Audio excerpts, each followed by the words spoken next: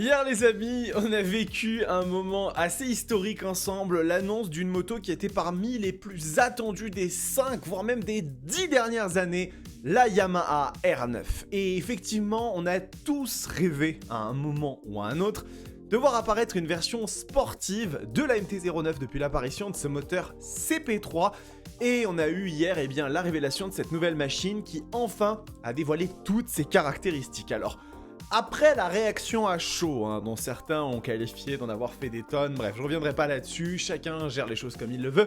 Aujourd'hui, je vais vous donner l'ensemble des détails que l'on a, aujourd'hui, toutes les caractéristiques sur cette nouvelle Yamaha R9, qui est une véritable nouveauté chez le constructeur au diapason, avec peut-être plus de différences que ce qu'on croit ou que ce qu'on peut imaginer sur la machine. On va passer bien évidemment au crible toutes les caractéristiques comme le look, le moteur, le châssis, la technologie, et non seulement expliquer de quoi il en retourne, mais peut-être aussi essayer de débunker un peu certaines idées reçues que certains ont pu émettre dans les commentaires ou sur les différents réseaux sociaux. Donc je vous propose qu'on commence immédiatement sans plus tarder par le look de cette nouvelle Yamaha R9 qui est pour le coup dans la droite lignée de ce qu'on a l'habitude de voir chez Yamaha dans la catégorie Super Sport. C'est-à-dire qu'on a une machine extrêmement agressive, on voit qu'au niveau de la face avant, on reprend un petit peu de la R7, de la R1, on a toujours cette lentille centrale. Une nouveauté sur la machine, c'est l'ajout de ces ailerons qui sont très à la mode en ce moment et qui donneraient sur la machine un certain pourcentage d'appui aérodynamique à haute vitesse, on en reparlera dans la partie châssis. C'est quelque chose qui est à mon sens mieux intégré que chez d'autres constructeurs. On aime, on n'aime pas, moi je vous avoue que les ailerons c'est pas le truc dont je suis le plus fan, mais toujours est-il que c'est là. On peut voir également que, contrairement à la R7, nous avons des clignotants qui sont intégrés directement au niveau des rétroviseurs, ce qui est plutôt pas mal, et une machine qui a un look quand même assez sympa. Alors, il y en a qui ont mentionné effectivement cette espèce de trou ici au niveau du moteur. Le CP3 étant extrêmement compact, ça donne souvent lieu à ce genre de choses. Et le cadre, on en reparlera après, mais vous allez voir qu'il joue aussi un rôle dans cette petite ouverture qu'on voit, qui donne un petit côté organique à la machine. Moi, j'aime bien, ça donne un petit côté Terminator, je trouve ça assez stylé. Au niveau de la coque arrière, on retrouve quand même l'affiliation avec la R1, immédiatement avec cette espèce de lentille très fine. Alors, ça fait un côté un petit peu plus carré, effectivement, que par rapport à la R7 et la R1.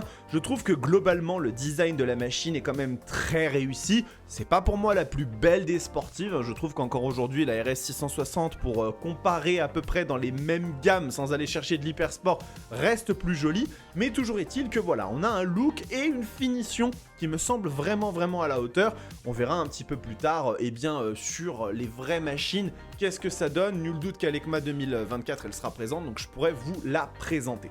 Maintenant, on va commencer à discuter des choses qui peuvent fâcher ou ne pas fâcher, ça c'est selon les sensibilités de chacun encore une fois. Nous allons évoquer le moteur de cette Yamaha R9 puisque nous retrouvons le CP3 de la MT-09. Ce CP3, ce 3 cylindres en ligne qui, au regret d'un certain nombre d'entre vous, ne développe pas plus de puissance que la MT-09. Vous le voyez ici, on a une puissance maximale de 119 chevaux et un couple maximal de 93 Nm. Je pense qu'ici, il y a vraiment deux choses à différencier. Il y a ceux d'un côté qui sont déçus que la Yamaha R9 ne sorte pas plus de chevaux, 130, 135, 140, qu'en sais-je, et aussi ceux qui voulaient une sorte de remplaçante à la R1. Moi, ce que je peux vous dire, c'est que je suis plutôt content de ce choix qu'Yamaha a fait, dans le sens où j'ai pu tester la MT-09 2024 à Lanzarote, aux îles Canaries, la nouvelle version, Yamaha m'avait invité, et le caractère de ce moteur reste toujours aussi explosif avec énormément de couples à bas régime, une machine qui vit, qui est immédiatement extrêmement réactive. Et je peux vous assurer que pour une moto qui se veut à la fois pour la piste mais aussi pour la route, et je pense que c'est vraiment l'objectif de Yamaha, je trouve que c'est extrêmement chouette d'avoir quelque chose qui peut vivre dans ces deux mondes. Parce que plus vous voulez étirer la puissance d'une moto sur une cylindrée donnée, plus forcément vous allez avoir un moteur qui va être un peu creux en bas, mais néanmoins il y a quand même quelques petits changements puisque vous le voyez ici à la fin de cette description, le rapport final, le timing d'allumage et la cartographie d'alimentation en carburant sont optimisés pour offrir des performances super sport.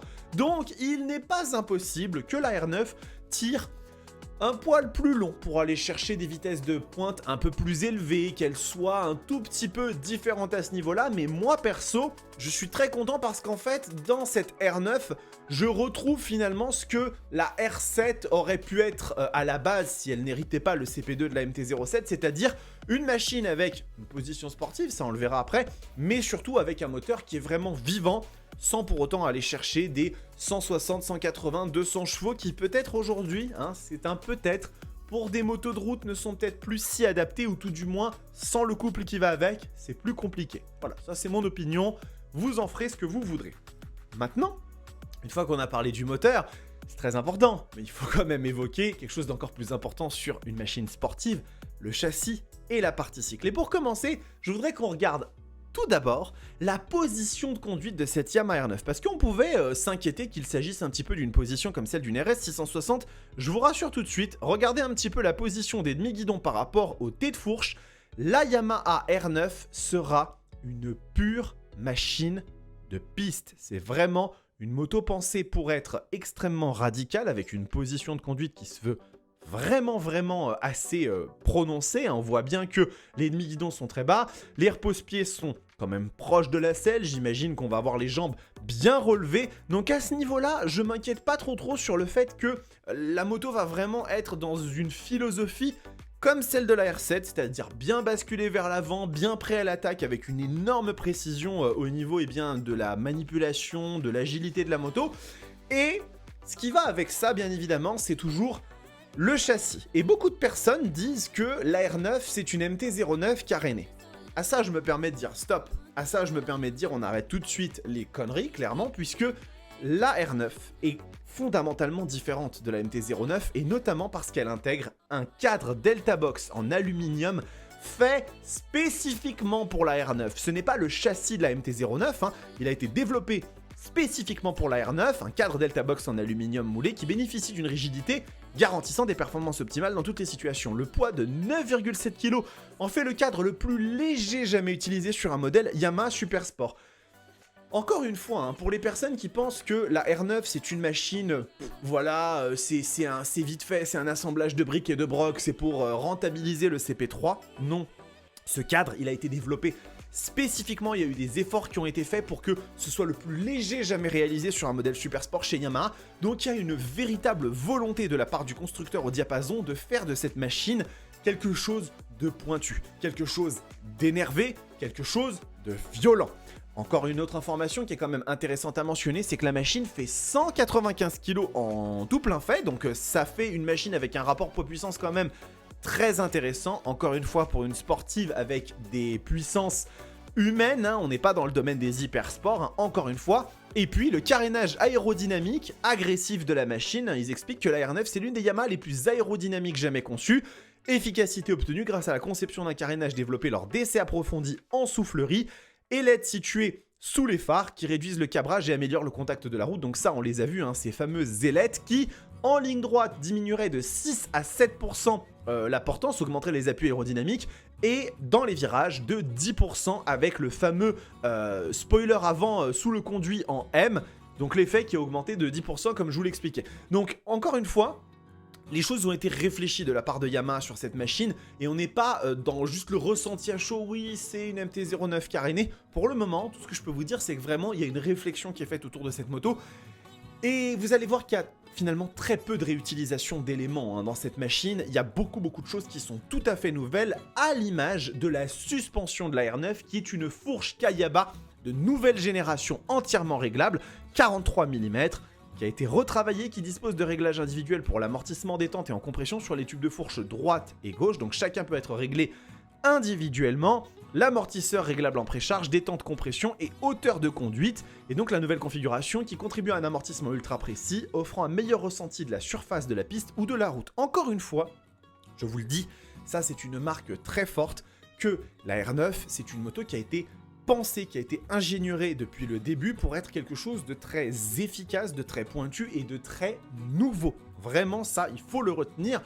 Et vous avez dû le remarquer, sur la photo de la suspension, il y a quelque chose qui attire l'œil immédiatement et qui fait très plaisir sur cette machine, la Yamaha R9 est dotée d'un mètre cylindre avant Brembo, mais aussi et surtout d'étriers Stylema, les amis. Oui, la R9 est équipée d'étriers monobloc Brembo Stylema issus de la compétition, avec des disques de 320 mm et le mètre cylindre radial Brembo, on peut le voir juste ici, regardez comme il est joli ce mètre cylindre radial Brembo, qui va assurer encore une fois beaucoup de précision, beaucoup de feeling au freinage. Et ce qui, déjà, pour ceux et celles qui vont se poser la question, éloigne la R9 de machines comme la CBR 600RR et la ZX6R, qui intègrent des éléments qui sont bons, il n'y a pas de souci. Mais ce qu'on a chez Tokiko et chez Nissin du côté de ces motos-là est à des années-lumière de la puissance, du mordant et de la précision que des Brembo Stylema peuvent vous apporter. Donc là, encore une fois, il y a un positionnement, il y a des choses qui sont intéressantes et il faut le garder en tête. Maintenant, on va parler de la technologie de l'AR9. Parce que l'AR9, c'est une moto qui est extrêmement technologique, vous allez le voir. Et on va commencer par le tableau de bord, qui est celui de la MT-09, le nouveau, qui est très très bien, avec beaucoup d'assistances qui sont présentes. On a 3 modes de conduite sport, street et rain qui sont préajustés avec des réglages d'assistance qui sont déjà faits. Et on a 2 modes custom et 4 modes track, ce qui porte quand même à un total de 9 modes de conduite sur la machine. Est-ce qu'il y a besoin d'autant? Je ne sais pas, mais en tout cas, vous pourrez avoir les réglages que vous voulez. Et alors après, en termes d'assistance, on a bien évidemment une centrale inertielle à 6 axes, comme on a sur beaucoup de machines aujourd'hui, qui vont vous permettre de mesurer le contrôle de traction, le contrôle de glisse, le contrôle de freinage, on a un anti-wheeling, on a un launch control, donc encore une fois, vous allez vraiment pouvoir vous faire très plaisir avec votre R9 sur plein d'aspects. On retrouve sur la machine un Quick Shifter Up and Down de 3e génération, qui est juste ici mentionné, donc qui va permettre des passages de vitesse encore plus poussé, encore plus transparent.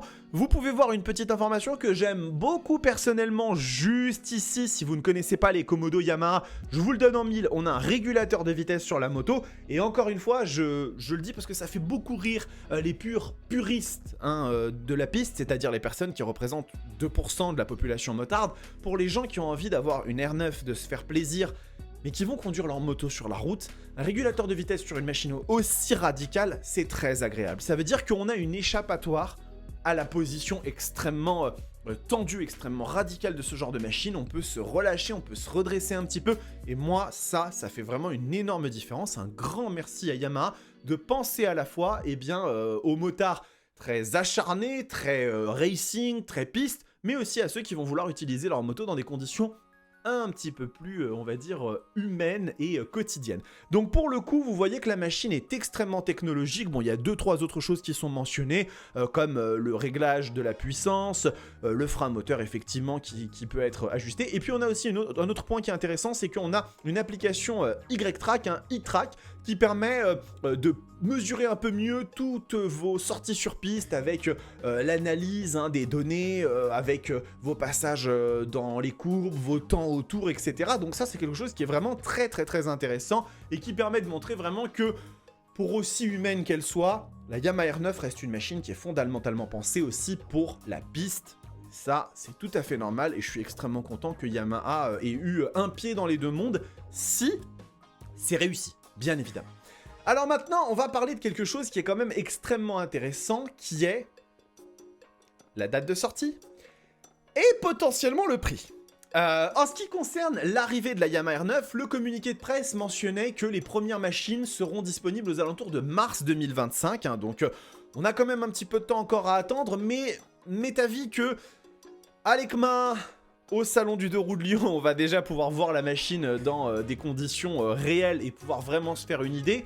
Peut-être que votre serviteur aura l'opportunité d'essayer la moto Yamaha. Si vous regardez cette vidéo, écoutez, moi c'est avec un grand plaisir que j'irai tester cette machine, il n'y a aucun souci. Et le prix. Alors, en ce qui concerne le prix de la Yamaha R9, autant vous dire tout de suite qu'en France, rien n'a été montré. Si on retourne sur la page de la machine, ici vous allez voir que nous n'avons absolument aucune information à date concernant le positionnement tarifaire de la R9. Cependant, en faisant un peu de travail d'investigation, il est possible que certains confrères de Yamaha dans d'autres pays et déjà affiché le prix de la machine. Et c'est notamment le cas en Allemagne. Et en Allemagne, la Yamaha R9 est positionnée à 13 799 €. Alors d'accord, c'est très bien, on a un prix ici qui, pour le coup déjà, moi je trouve est relativement rassurant. On ne dépasse pas les 14 000 €, on est sur une moto qui reste quand même assez placée pour ainsi dire, même si certains vont dire que oui, par rapport à une machine comme la CBR 600 RR ou ce genre de choses, on est quand même sur des tarifs qui sont beaucoup plus élevés, mais il faut prendre en considération un certain nombre de choses qu'on verra après. Par contre, ce que je voudrais aussi vous montrer et qui est très intéressant, c'est ceci. Voici la MT-09 en France. Elle vaut 10 799 €. Et si on regarde le prix de la MT-09 en Allemagne, elle est à 11 199 €. Ce qui fait, si je ne suis pas trop mauvais en calcul, 400 € de différence en défaveur de nos amis allemands. J'ai regardé un petit peu toutes les versions, tous les modèles de machines qui étaient présents sur le site de Yamaha, et il s'avère que toutes en Allemagne ont une tendance à être plus chères que le site français. En règle générale, entre 200 à 500 € de différence.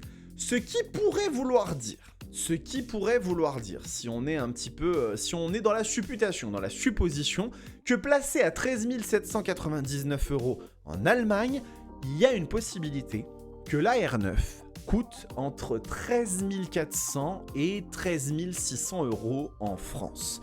Ce que je peux vous dire, c'est que si la machine est placée à ce prix-là, pour moi, elle va se vendre comme des petits pains. Parce que certains ont tendance à comparer la R9 à la CBR 600 RR et à la ZX6R. Dites-moi d'ailleurs si une vidéo de comparaison entre ces trois machines vous intéresserait, parce que c'est quelque chose que je pourrais faire, de vous comparer les caractéristiques, moteur, châssis, technologie, etc. de ces trois motos. Ce ne sont pas des machines comparables. Alors certes, oui, en puissance, elles sont comparables, mais en couple, elles ne sont pas comparables. La R9 sera une machine infiniment plus agréable à utiliser au quotidien parce qu'elle aura beaucoup plus de coffres à bas régime. Elles ne sont absolument pas comparables en termes d'équipement. Je vous rappelle quand même que la R9, elle est équipée d'étriers Brembo Stylema, d'un mètre-cylindre Brembo. Elle a vraiment des équipements qui sont très haut de gamme. Et en technologie, il faut quand même que je me refasse une passe sur la CBR 600 RR et sur la ZX6R. Je pense quand même que la R9 est quand même un bon cran au-dessus. Donc, qu'on ait une différence de tarif entre ces deux 600 et cette 900, presque 1000 cm3, moi, ça ne me paraît pas du tout déconnant. Et une autre chose qui, moi, me paraît aussi intéressante à souligner, c'est que on dit souvent que la R6, c'est une machine qui... la R9, pardon, excusez-moi, c'est une moto qui ne remplacera pas la R1, parce que la R1, c'était 200 chevaux, parce que... Déjà, il faut bien se dire un truc, c'est que la Yamaha R1, c'était quand même le flagship, c'était quand même le vaisseau mère de Yamaha en ce qui concernait la sportivité, mais... Une R1, et en règle générale une sportive 1000 cm3, ce sont des machines qui, en termes de couple, sont souvent dans les 110 Nm de couple. Sur une R9, vous avez quand même 93 Nm de couple pour une moto qui coûte aujourd'hui 13 799 € en Allemagne, soit près de 4 000 € de moins, 6 000 € de moins, autant pour moi, qu'une R1 au moment où elle est sortie. Je sais que le couple, c'est quelque chose qui ne parle pas beaucoup aux motards, qui ne jurent que par la vitesse de pointe, par les 4 cylindres en ligne hyper creux qui vont chercher très haut dans les tours, mais faut bien comprendre qu'aujourd'hui, le monde actuel ne veut plus de ce genre de machine. Pas les motards, le monde actuel. La répression routière, les lois sur la vitesse, les normes de pollution. Tout ça fait que ce genre de moto, pour autant qu'elles nous fassent rêver, et ne me faites pas dire ce que je ne dis pas, ce sont des machines que j'adore, ce ne sont pas des motos qui ont un avenir aussi garanti que des machines plus humaines, plus adaptées à la route, toujours pourvoyeuses de sensations, mais avec des compromis différents. Et vous le voyez, Yamaha sont pas du tout dans une philosophie de dire on prend une machine qui fait sportive mais avec des demi-guidons bien hauts type sport GT. Non, il y a une philosophie radicale sur la R9, mais l'objectif, c'est d'en faire aussi quelque chose qui soit dans l'air du temps, soit utilisable au quotidien, soit une machine qui puisse convenir aux motards de tous les horizons. Et en ça, je trouve que Yamaha a eu le nez extrêmement creux. On pourra en débattre en commentaire si vous le voulez, mais j'espère que cette vidéo vous aura donné l'ensemble du scope des caractéristiques de cette R9. Vous vous ferez votre propre idée, si elle vous plaît, si elle ne vous plaît pas, si vous avez envie de l'acheter ou pas, hein, ça c'est votre considération. Je dis tout de suite, pour pas qu'on m'accuse d'avoir changé ma chemise ou d'avoir viré de bord ou quoi que ce soit entre deux vidéos, puisque là je suis plus calme quand je vous en parle, pour moi la R9 est une moto fantastique. Je le maintiens. Pour moi, la R9, ça ne fait aucun doute. Elle sera la moto de l'année à l'EICMA 2024, sauf gigantesque surprise. Je ne vois pas comment cette machine qui était attendue depuis aussi longtemps et qui sera sans aucun doute accueillie par l'industrie d'une façon différente des motards extrêmement passionnés de la R1, etc. qui ont vu l'annonce un petit peu à chaud. Et moi, je pense que cette machine va vraiment fonctionner. Je pense que c'est un choix extrêmement malin de la part de Yamaha. Je ne me fais aucun doute quant à son succès commercial, sauf si, surprise en France, elle sort à 15 000 €. Franchement, j'y crois pas trop. Et pour reprendre et modifier un petit peu la citation d'une personne beaucoup plus célèbre que moi, la Yamaha R9 n'est sans doute pas la machine que le monde de la moto mérite, mais c'est la machine dont le monde de la moto a besoin maintenant. J'espère que cette vidéo vous a plu les amis, je vous dis à très bientôt, prenez soin de vous, kiffez vos bécanes, ciao.